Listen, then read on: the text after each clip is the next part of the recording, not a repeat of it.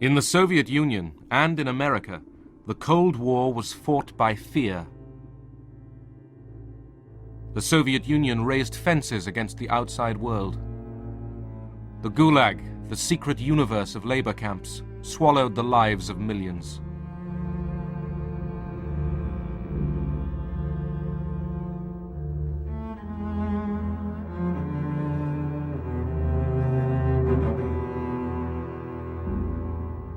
Both sides turned their fear inwards against their own people.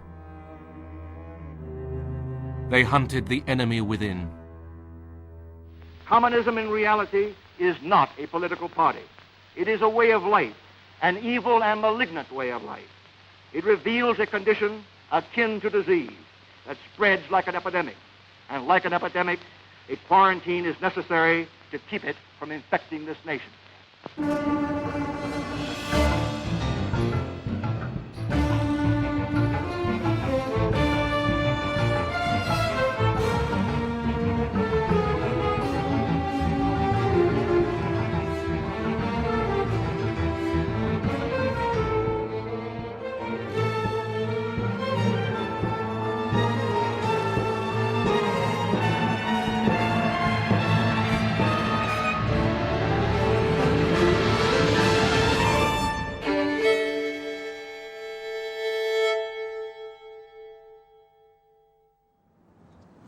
The Cold War made America renew its values, invent new images for American virtue.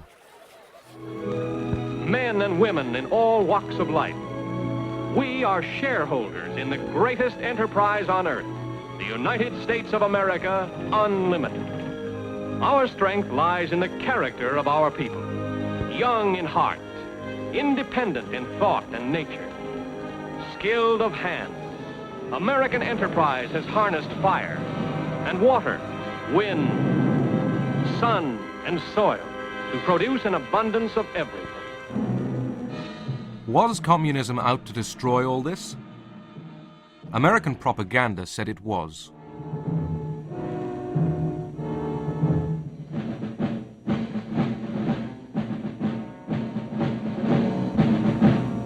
Stalin said, "The whole world is aware that the Soviet Union demobilized its forces after the war."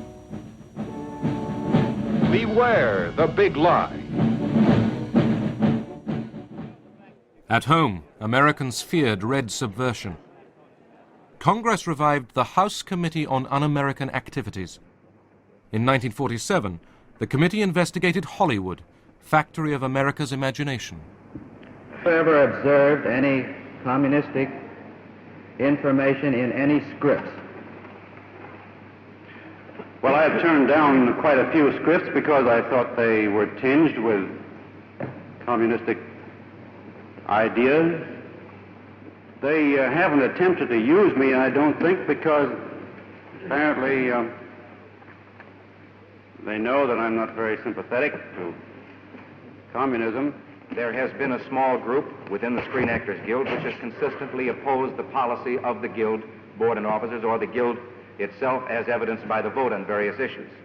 That small clique has been referred to, has been discussed as more or less following the tactics that we associate with the Communist Party. If I had my way about it, they'd all be sent back to Russia or some other unpleasant place.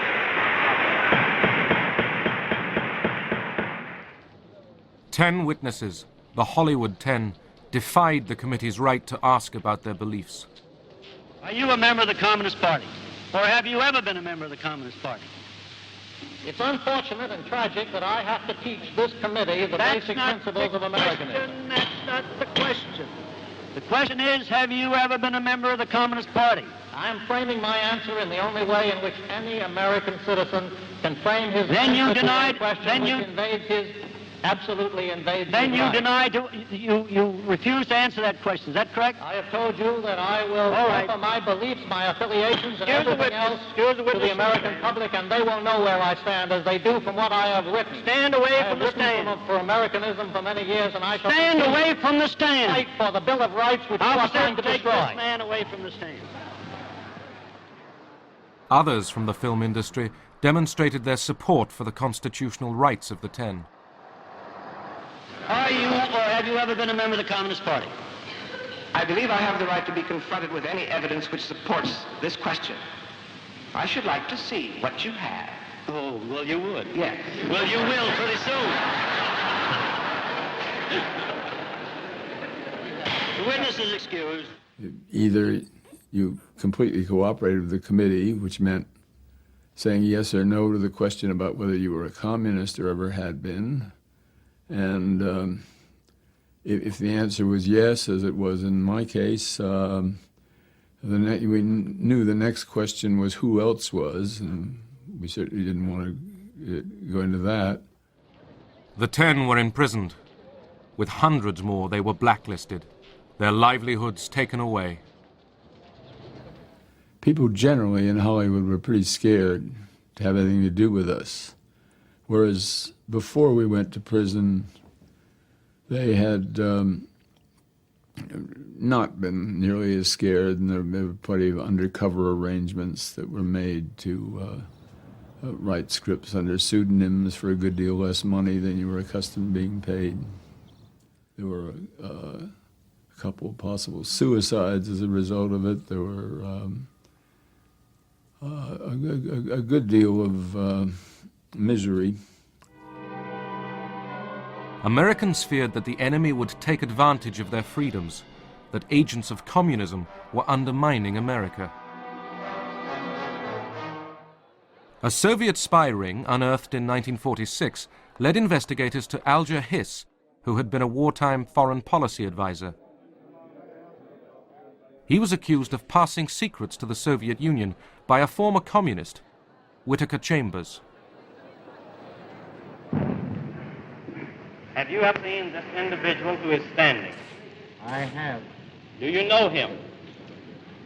I identify him.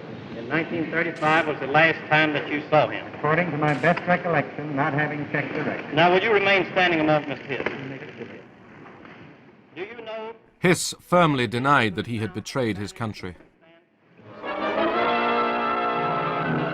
New evidence of communist activities in government circles is promised by the House Committee on Un-American Activities. Microfilm reportedly found in a pumpkin on a Maryland farm is examined by investigator Stripling and Congressman Nixon. Richard Nixon, an ambitious young Republican, was convinced that Hiss was lying. It is the intention of the Committee on Un-American Activities to pursue this investigation until we put the spotlight on those high officials in the State Department who are responsible for selling this country down the river. Hiss was jailed for perjury. Nixon's name was made. He turned his crusade against communism into a weapon for Republicans. It was what made him. It paved the way for his whole career afterwards. Anti-communism was a gut issue with Nixon. I mean, it was something he believed sincerely and deeply, but of course he was a politician too. And he was a Republican politician, and the soft on communism issue was hurting the Democrats. And of course he used it. He would have been a fool not to. In America, patriotic enthusiasm for the democratic way of life reveals itself in a monster loyalty parade in New York. Everyone from vets to youngsters reveals his inborn dislike of communism. America! Anti-communism became the language for a new, more defiant vision of America.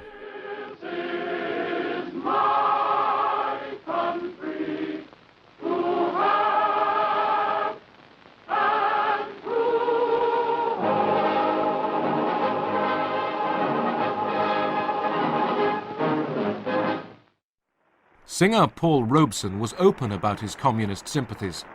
In Moscow, he was welcome.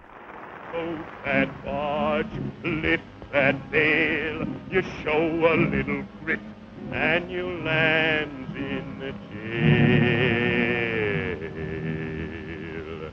But I keeps laughing instead of crying. I must keep fighting until I'm dying, and old man River, he'll just keep a rolling on.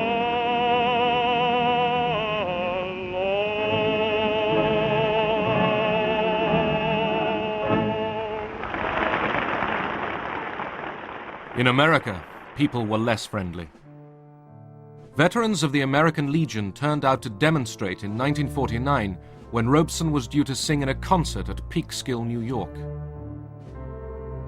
The police expected trouble. The slogans of the demonstrators, it went, go back to Russia, you white niggers, for instance, over and over. Commies, niggers, Jews. You got in, but you're not going to get out alive. Hitler didn't finish the job. We will. The concert turned into a riot.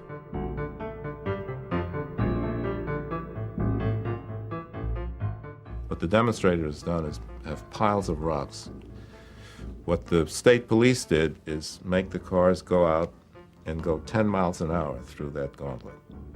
So the road, I mean, cars were smashed, the windows were smashed, the road was actually slick with human blood. An interracial couple just driving through happened to arrive at that moment.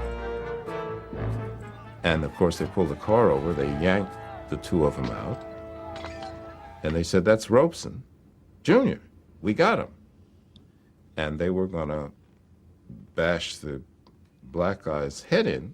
Guy was standing over with a baseball bat, and a veteran, man in uniform, army uniform, said, wait a minute, that's not Robeson. I know the pictures. That's not Robeson.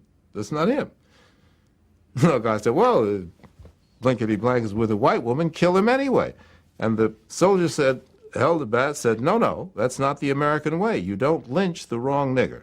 And it saved his life.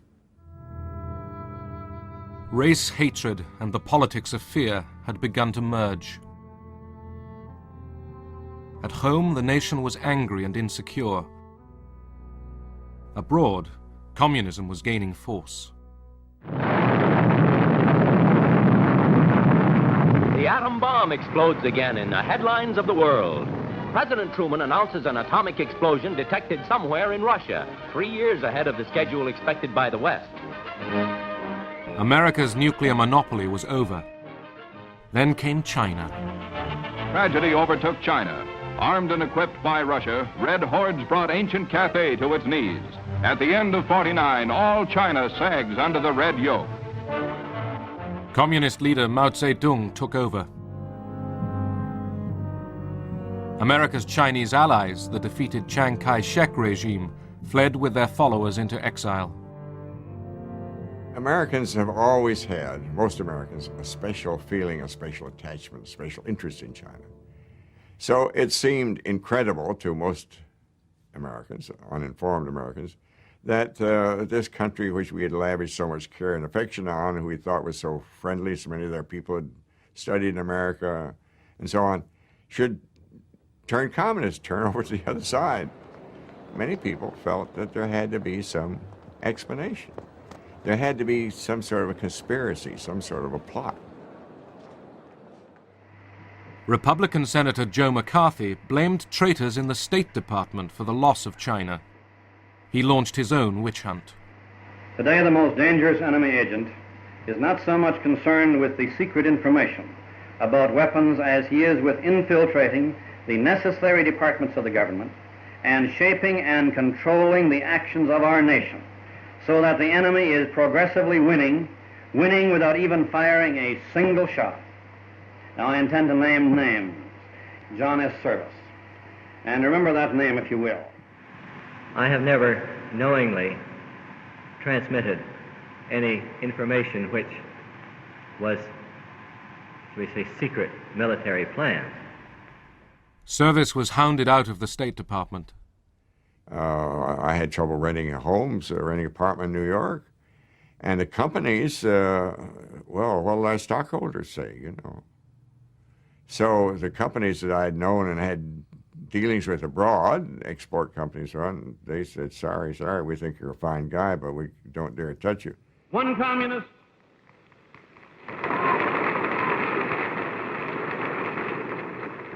One communist on the faculty of one university is one communist too many.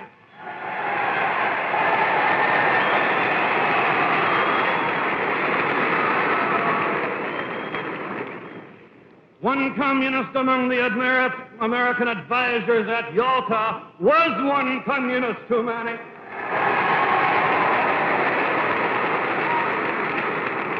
And even if there were only one communist in the State Department, even if there were only one communist in the State Department, that would still be one communist too many. President Truman tried to dismiss McCarthy's attacks. Not a single person who has been adjudged to be a communist or otherwise disloyal remains on the government payroll today.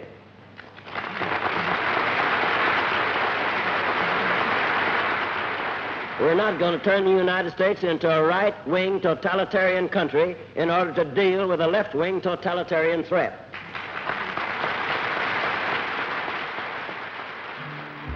But leaders of the American Communist Party were jailed, and the persecution spread. Left-wing labor organizations were banned, radical groups indicted, demonstrations broken up. And if they put the word commie on someone, that meant that that person was an agent of the Soviets. That meant that that person was dangerous and had to be done away with. The FBI under Edgar Hoover uncovered several Soviet spy rings. They used the national interest to justify any method of locating subversives.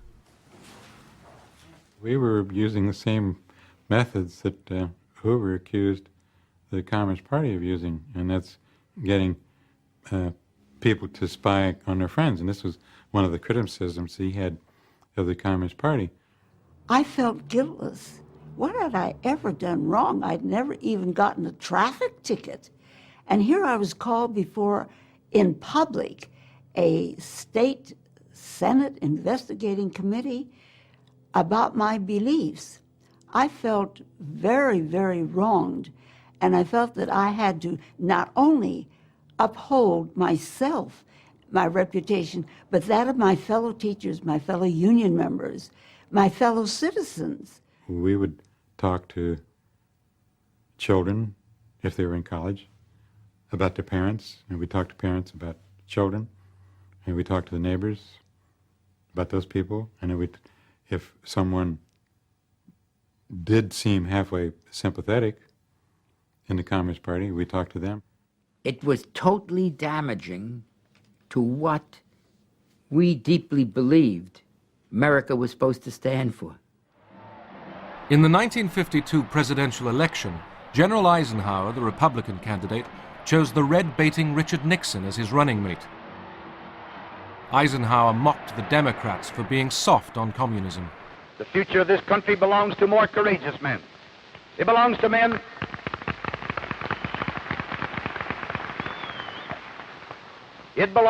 who know that freedom's fight must be forever, relentless, uncompromising, and fair. It belongs to men who, today, are ready to bear spiritual and intellectual arms against an alien army of communist ideas. To get elected, Ike needed the support of Joe McCarthy and his right-wing followers. I spent about half an hour with the general last night. While I can't report that we agreed entirely on everything,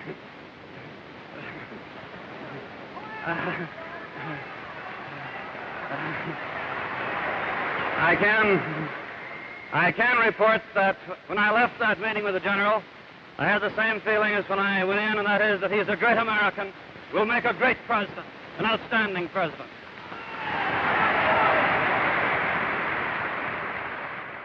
Right from the beginning, he detested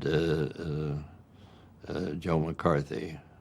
McCarthy was the first-class demagogue, and Eisenhower just couldn't stand that type of person. Eisenhower's old wartime commander, General Marshall, was accused by McCarthy of treachery. Intimidated, Ike dropped words praising Marshall from an election speech he made in McCarthy's home state.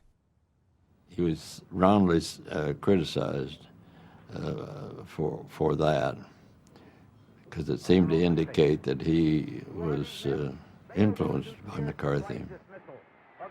his case as a red herring.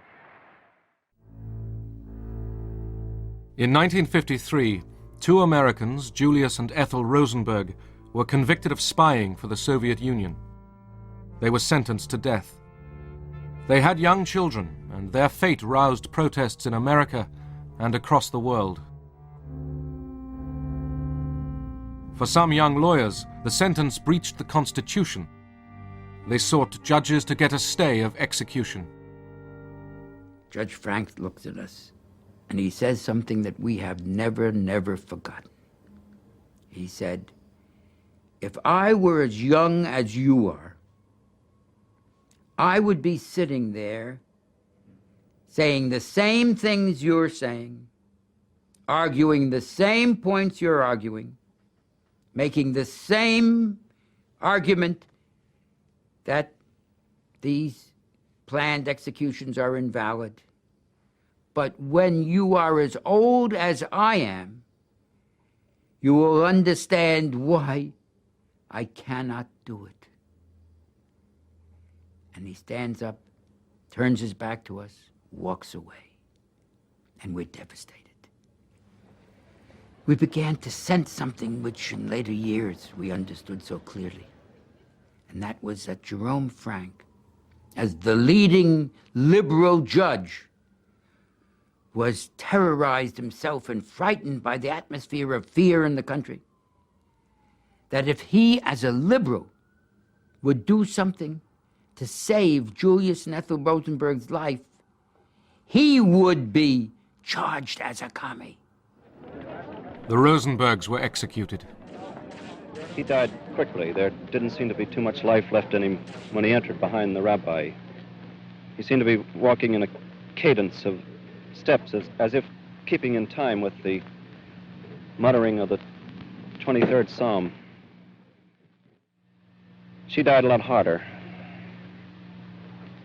When it appeared that she had received enough electricity to kill an ordinary person and had received the exact amount that had killed her husband, the doctors went over and pulled down the cheap prison dress, a little dark green printed job, and placed the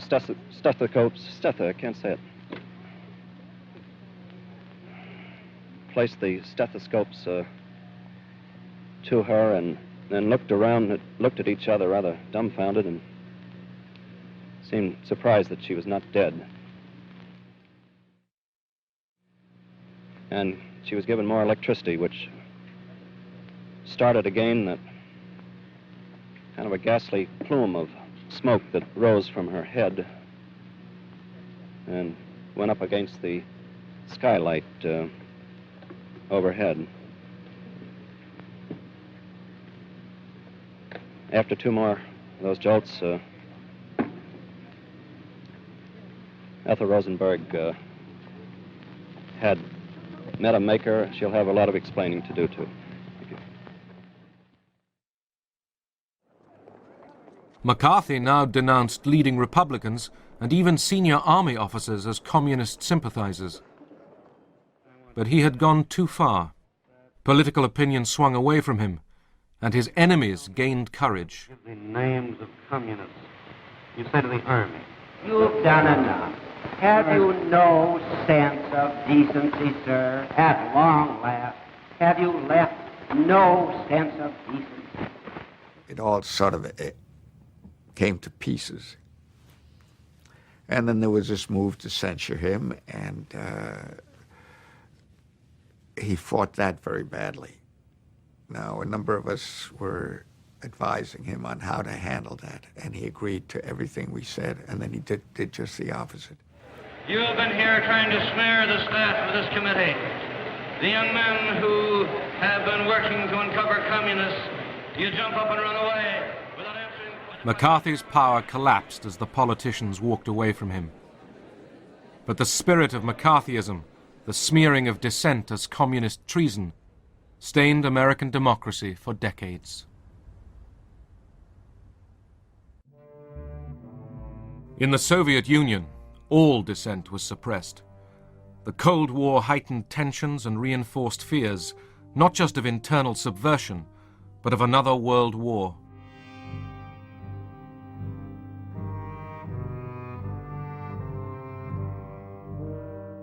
Obsessively, Stalin spoke of the danger to world peace, the need for vigilance against internal enemies. Conformity was enforced by police terror and by a slavish cult of Stalin's personality. He became godlike, his icon worshipped everywhere.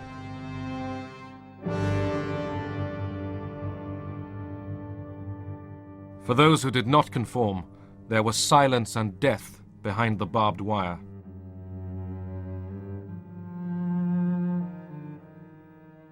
The Gulag, the secret empire of concentration camps, stretched over 4,000 miles from the Baltic to the Pacific.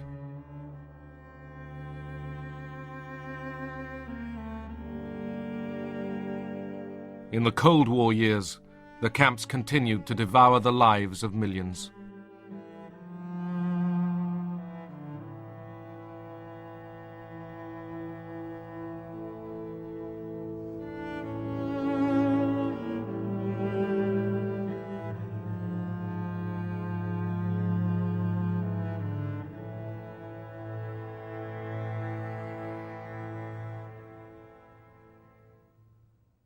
Stalin's control now extended beyond the Soviet Union. This was a new empire, run by local communists, trained to obey Moscow. American propaganda targeted the fate of these satellite nations. The battleground of peace today is that strip of strategically located countries stretching from the Baltic to the Black Sea. They are not big countries geographically, but they contain 70 million freedom-loving people, our kind of people, who share our culture and who have sent millions of their sons and daughters to become part of these United States. Some call these countries the satellite nations. More accurately, they are the captive nations of Europe. My name is Ronald Reagan. Last year, the contributions of 16 million Americans to the crusade for freedom made possible the World Freedom Bell, symbol of hope and freedom to the communist-dominated peoples of Eastern Europe. In Western Berlin, great crowds turned out to see it raised to the tower of the West Berlin City Hall. The campaign was secretly funded by the CIA. As well as fine words, Americans sent armed exiles back into the Soviet Empire. This was the effort of the CIA, and the young refugees were recruited. They were trained in haste in all kinds of subversion, sabotage, intelligence. They were given cameras, the short radio stations, codes, and were simply sent there. But the regime did penetrate all these training camps, and the reception committee was waiting for these people and arresting them. Zbierane, żądane przez wywiad amerykański, jak zdjęcia, dokonywane obiektów przemysłowych, mostów, torów kolejowych. Niechaj tę prawdę. For the Polish authorities, these intrusions justified even harsher repression. The party called for vigilance against spies and saboteurs.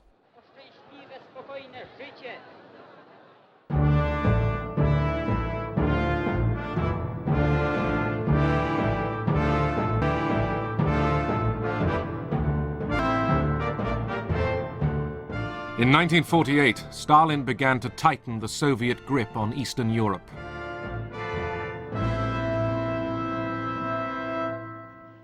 In Yugoslavia, Marshal Tito had defied Stalin and broken away from the Soviet bloc. Moscow abused him as a traitor, a deserter to the camp of American imperialism.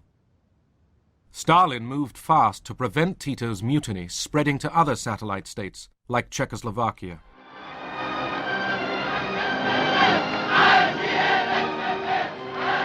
At first, the satellites were allowed to find their own paths to communism. Now, Stalin forced the Soviet model on them all. Everyone must march, shout, obey.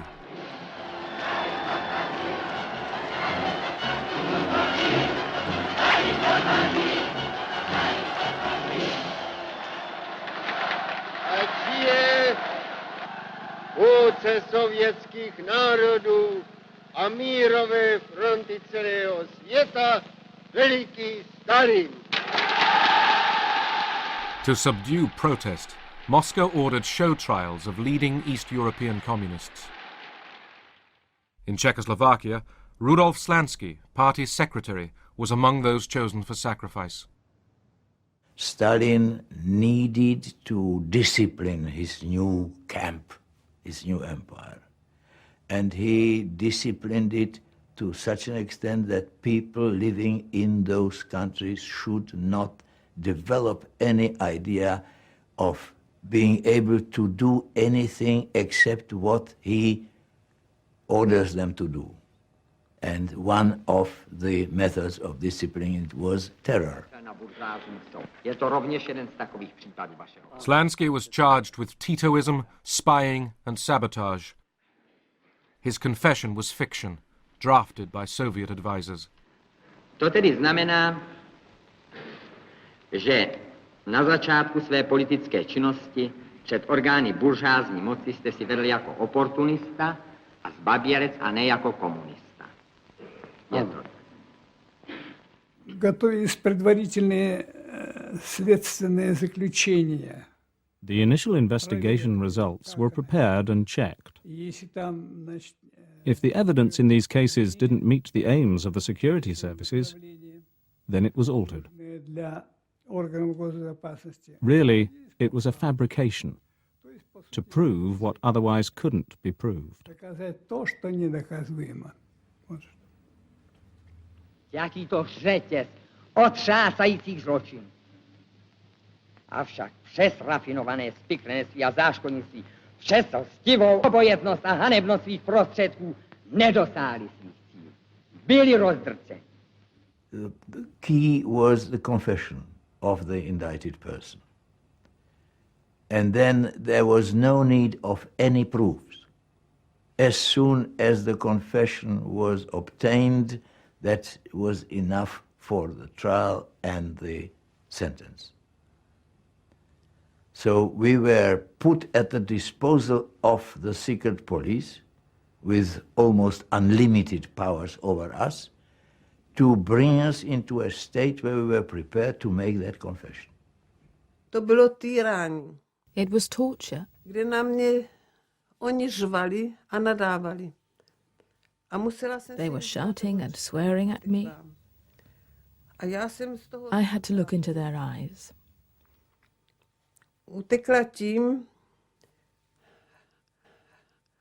At the beginning, I avoided this, but then I had to repeat their obscenities.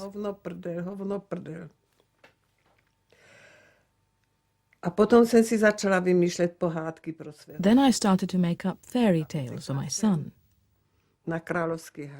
I got into an imaginary world of castles and princes and animals.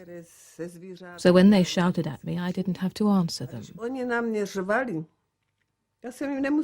I only looked into their eyes while I was making up these fairy tales. A vymýšlela jsem tyto pohádky.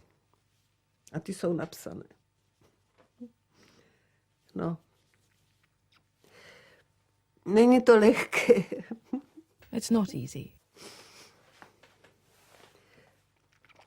Já se nelituju. I don't feel sorry for myself.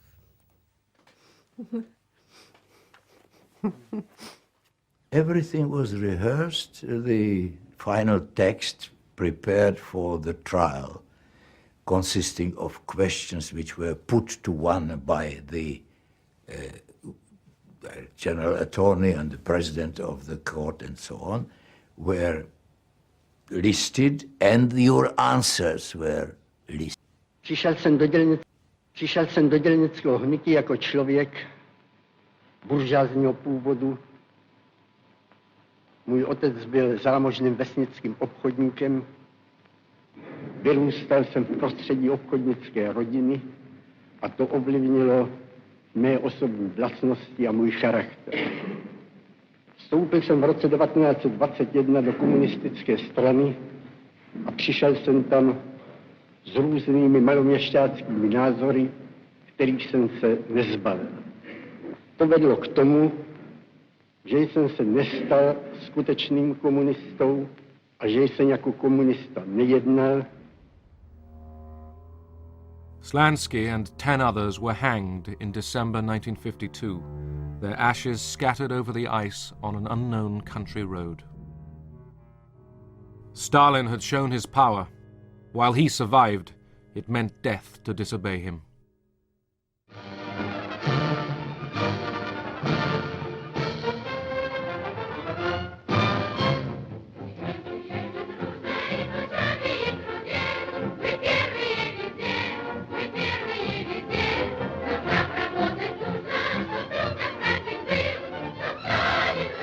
In the Soviet Union itself, culture and science were kept insulated from the infection of all Western influence.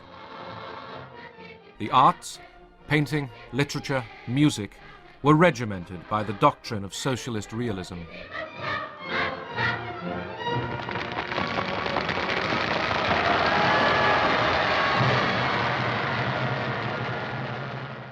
Мне кажется, что участие Сталина Stalin's interference with the work of the Bolshoi theatre was done with love and good taste. и любовью. Но то, что он But the fear that it created, страх and the fact that people were under his spell, и преклонение перед this produced a lot of negative effects. оно и давало It not only made people nervous, противное, что but destroyed the principles of art. оно и ломало искусство и принципы нашего искусства. Fear of Stalin's disapproval paralyzed the creative arts. Dmitry Shostakovich was reprimanded by the party for departing from the principles of socialist realism.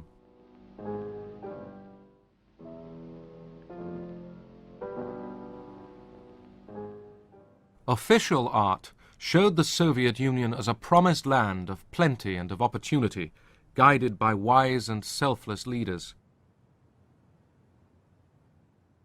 But those who discussed real change, even in private, like Susanna Pechuro and her student friends, risked punishment. Мы очень много рассуждали об этом.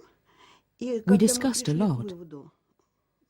And we came to the conclusion that what was happening then was completely different from what we were taught to believe. Соответствует тому, что нам рассказывают. It wasn't socialism. Что это никакой не социализм. Susanna joined a secret discussion group. Aged 17, she was arrested, charged with treason and terrorism. 3 of her friends were executed. Говорят, собирайся, поедешь. They said, get ready. You come with us. Собираться, одеваться. I went to get dressed behind the screen in the room, and I clearly realized then that I would not be coming back. At that moment, I could see myself in the prison cell. Later, when I really was in the prison cell, I kept thinking back to that moment.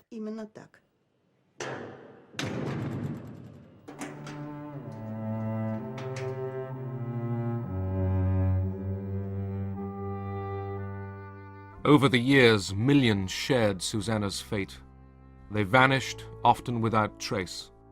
Even to ask about them was to risk arrest. И это то страшное, что я до сих пор не позволяю себе вспоминать, если я... There are some things that are so awful, I don't let myself remember them. Because if I do, I can't sleep for weeks. They pulled children out of the arms of their screaming mothers, and then beat the mothers. The children just disappeared. They never knew what happened to them afterwards.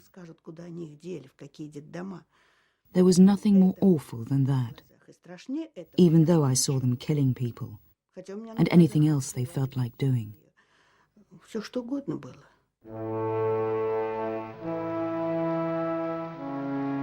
In 1952, Stalin presided over the 19th Congress of the Soviet Communist Party.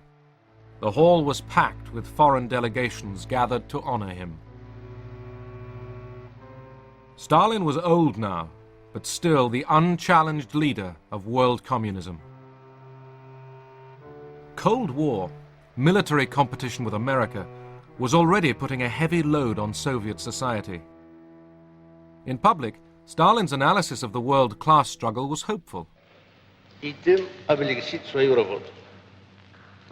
Потому, повторюсь, что сама буржуазия, главный враг освободительного движения, стала другой, изменилась серьезным образом, стала более реакционной, потеряла связи с народом и тем ослабила себя. Понятно, что это обстоятельство должно также облегчить работу революционных и демократических партий. But Stalin still feared the enemy within. He saw treachery everywhere. Above all, he suspected so-called cosmopolitans, mostly Jewish intellectuals and professionals who had already been persecuted for their Western contacts. Сталину нужен был внутренний враг. Внутренний враг. Stalin needed an internal enemy, На которую можно было взвалить бы. a fifth column that could be blamed for the difficult situation in the country. И евреи как раз вполне подходили для роли этой. And the Jews fitted that role very well, Евреи были, так сказать, традиционно как-то, но имели. because many Jewish families in the post-war years had someone in the United States, relatives or acquaintances. В послевоенные годы был кто-то, кто когда-то уехал в Соединенные Штаты, какие-то родственники. So to present Jews as the fifth column, agents of American imperialism, was very convenient. Американского империализма, как они писали, было очень удобно. In January 1953, 9 Kremlin doctors were accused of plotting with Western intelligence to kill Soviet leaders. Я должен сказать, что, конечно, все это было спровоцировано. The doctor's plot was instigated with Stalin's approval. Операция против врачей. Stalin had been suspicious of doctors for a long time before that. Недоверие. Так что это болезненное такое состояние. This was all due to his illness, made worse by his old age, and by his lifelong ideology that the enemies who always surround you should be constantly eliminated. Врагов, которых без конца вокруг тебя много. One of the doctors, Yakov Ettinger, died under torture. His son was arrested and interrogated. Они хотели добиться от меня какого-то признания. They wanted me to make a confession, В курсе to make a statement that I was in the know, фактов преступного неправильного лечения моим отцом. that I was familiar with certain facts which showed that my father and other doctors were wrongly treating certain patients. Я у некоторых бывал, они добивались от меня этого признания. Но They wanted me to make this kind of statement, не получили. but they didn't get it from me, even though twice I was sent to the punishment cell. Два раза я сидел в карцере. 5 of the 9 doctors were Jewish. The affair inflamed Russian anti-Semitism. Jews were denounced and purged throughout the medical profession and beyond.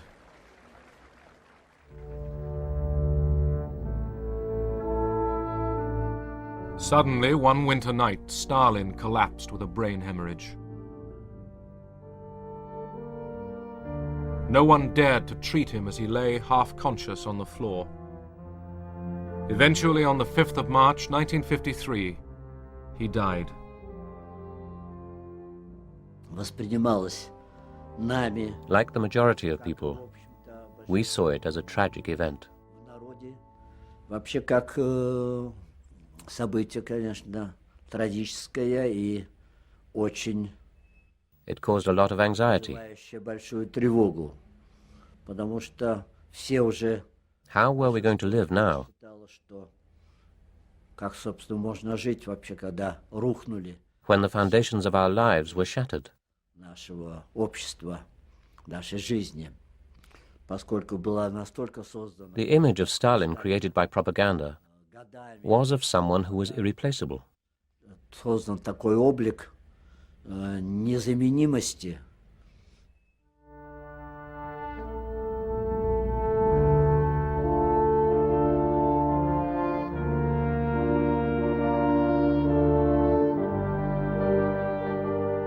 Stalin had towered over the Soviet Union in peace and war for more than 20 years. Even those who hated him could not imagine a future without him.